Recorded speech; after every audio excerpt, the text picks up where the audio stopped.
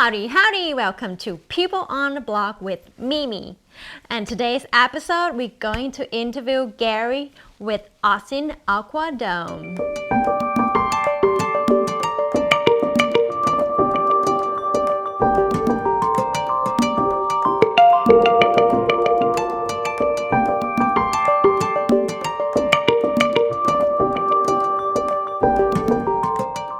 Hi, Gary. I have some question for you. I'll see if I can answer it for you. Could you tell us about your background and what made you start a business with Austin Aqua-Dome?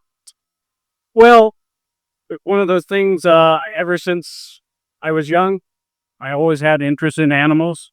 I started out wanting to be a zoologist, probably didn't even know what a zoologist was at the time. So I have a Bachelor degree of Science from the University of Texas in zoology. But what got me into the pet business is one day I answered a help wanted ad many, many years ago, and started there and just kind of worked, and then bought a business, then I bought two, and then the opportunity came up to buy this location. It's always been a tropical fish store. It was called The Reef at that time. So we changed it. We bought it. We changed it to Austin Aqua-Dome at the end of 1997. So we've been here quite a while, and blessed. Is it great? We think we're the best around, and we've been doing it a long time. All right. That's the only dome here, too. Yes, it is. So I think it's the only tropical fish dome in Oregon. Can't miss that. No. So it is kind of a destination place. We get people from all over the place coming to Around the world? sometimes around the world. Mostly in some other states. We get customers for Houston and San Antonio and Dallas. So we draw a lot of people in that are into fish, because that's all we do. If it has to do with fish, we pretty much do it. So we do saltwater, freshwater, ponds.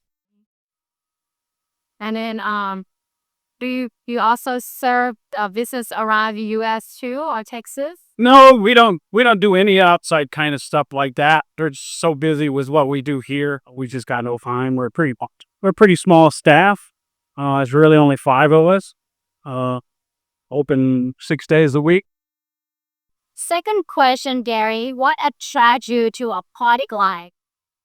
It's hard to say how that evolved. I started in a full-line pet store and had owned full-line pet stores up until this one, which is only dedicated to tropical fish. But I kind of gravitated to the aquatic end of it, and it just been what I've been doing for 4 years. So it's what I know best. But I just gravitated to that part of the industry. I still like the full-line aspect of the pet business, reptiles, birds, small animals. I kind of still enjoy that. I miss some of that, but we're totally devoted to the aquatic end of it, and it's been enjoyable. Have you seen any aquatic life in therapeutic to people? In general, I think it's a proven fact that aquariums just make you calm. So we have people that just like to sit in front of their aquarium just to kind of chill out. It relaxes you, and as long as you get around the work part of it, because there is some maintenance involved, but the enjoyment of the aquarium really it gets to people. They enjoy it. They like looking at it. It's just an interaction between life and them. They can kind of forget what's going on in the outside world and just think about how cool aquariums, these fish are. Is it not drama? No, and actually it can be sometimes, but yeah, it can be some fights in the aquarium world, but in general, it's relaxing. People get to just sit, maybe have a glass of wine or a beer, maybe even coffee. I read a lot of places, especially like top environment, like when you go to work, that would help for your 15 minutes break. That would be amazing. But you see them in hospitals and doctors' offices and dentists' offices. And I think that part of the whole aspect of life around and especially pretty much a calming life of fish, really helps people. Yeah, I've seen some of the big tank. Sometimes the fish has like a territory. Can have the either small size or large. Yeah, there are there's like people. There's different personalities in some fish, and some choose to get along, and some choose not to get along. So you have to balance that with the tank mates that you keep. Awesome.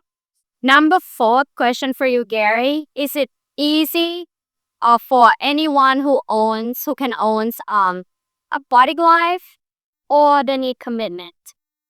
So it's pretty easy to do, given the things you need to do to keep things healthy. So as with any pet, it's a commitment.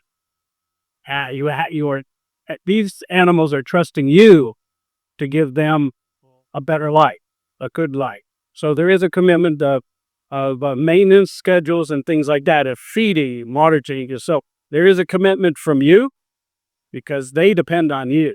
But it's pretty easy given the equipment these days and things like that. So it's easy to get into, but yeah, as with any pet, you got to commit. And then what happened with if they can make it? Is it refundable? Is it returnable after 30 days or anything like that? And like other.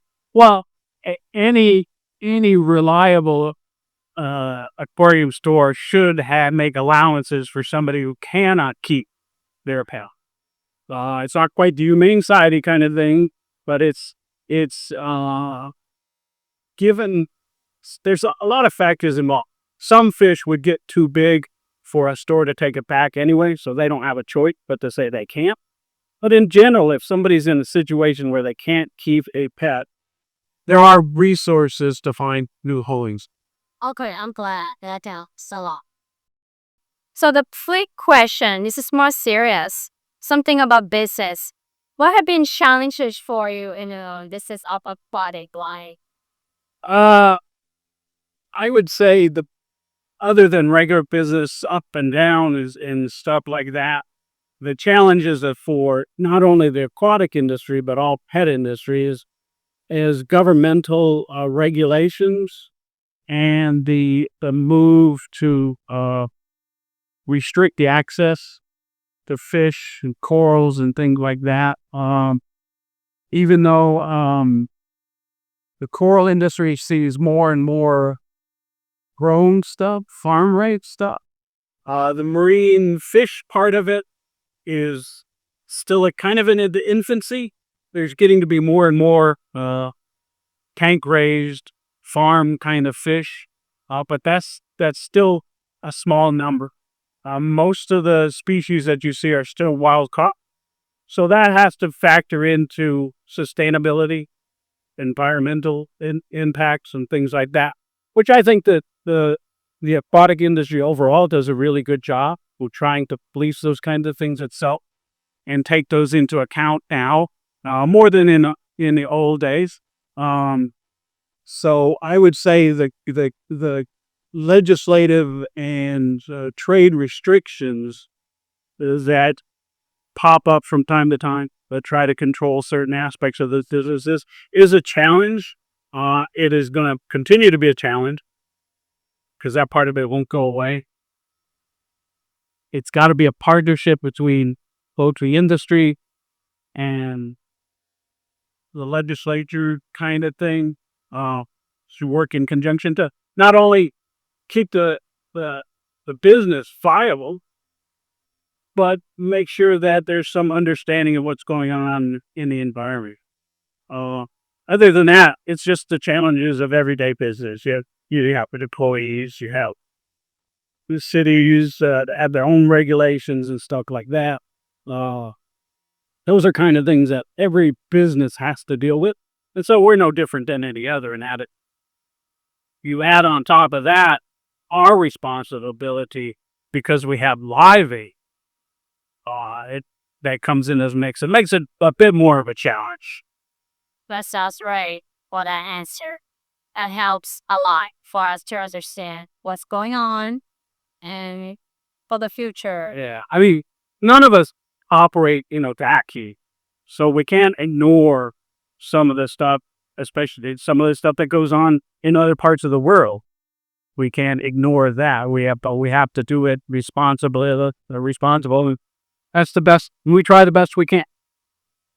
To reserve it, I feel like to reserve the teachings that is almost extinct one day, and it kind of like bring them to come back. Right. Right. And in some cases, the pet industry helps by trying new ways to propagate those species.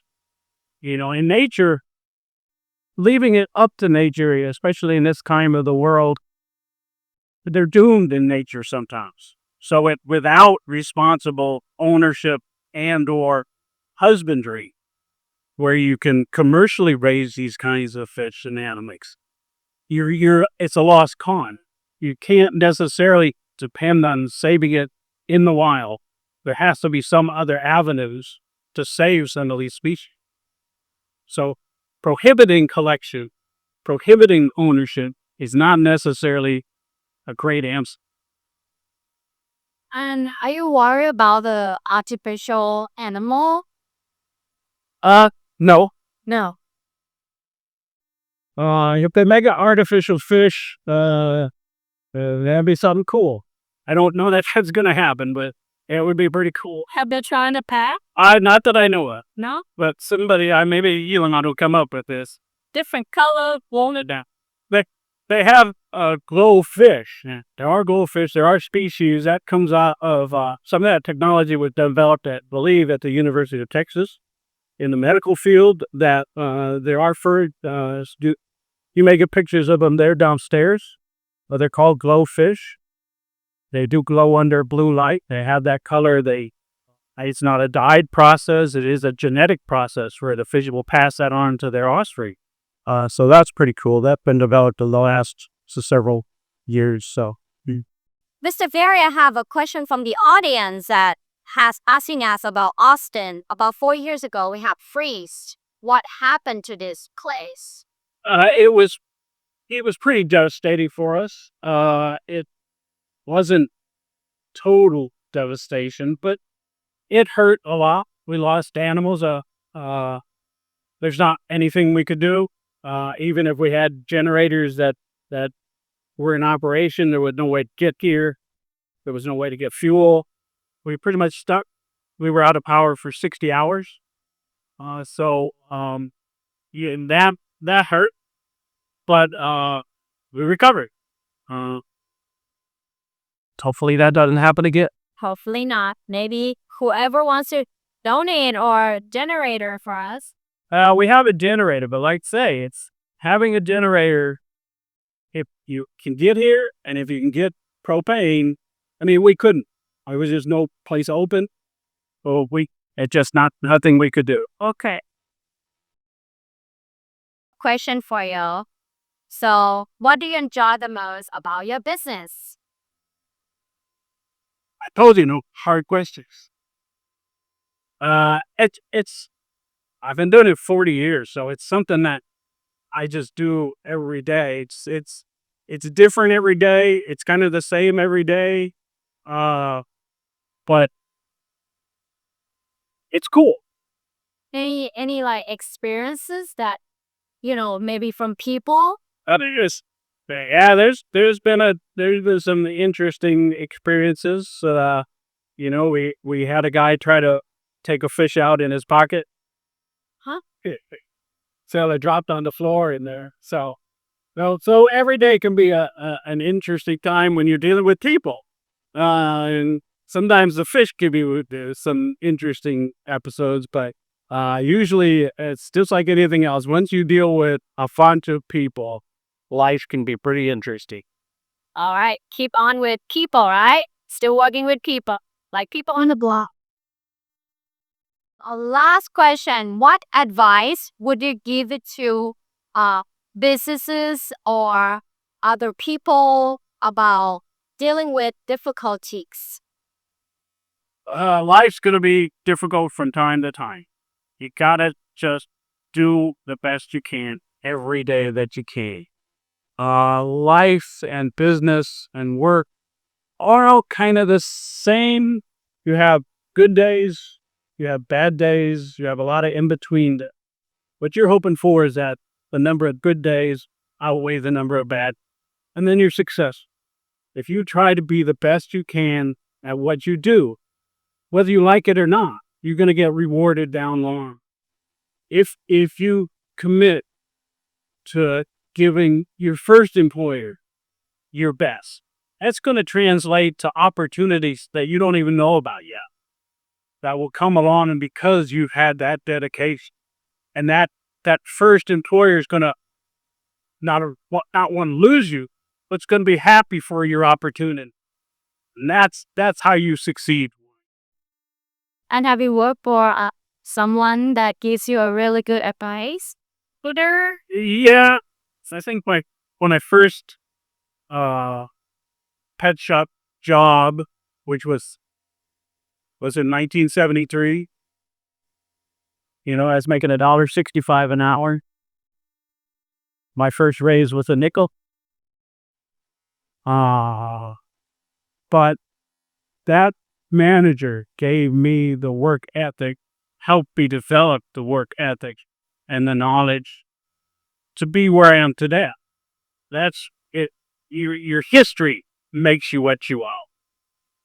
And you also train your employees to be like you, or be like, You will find some of those. Now, most employees are there for a short period of time. That's not their career. You will meet a few that it's going to be their career. But most of them are in and out. But you develop some nice relationships, and you hope that what you have imparted on them helps them down the line. All right, Gary, what's the plug-in? Plug-in is the Austin Aqua-Dome, Austin's most unique tropical fish. We have a lot of stuff. We've done a few YouTube on Tunzi. If anybody gets a chance to see that, it was a lot of fun with the guys from Germany. This has been very fun. I'm glad you guys came by. And I hope people come visit.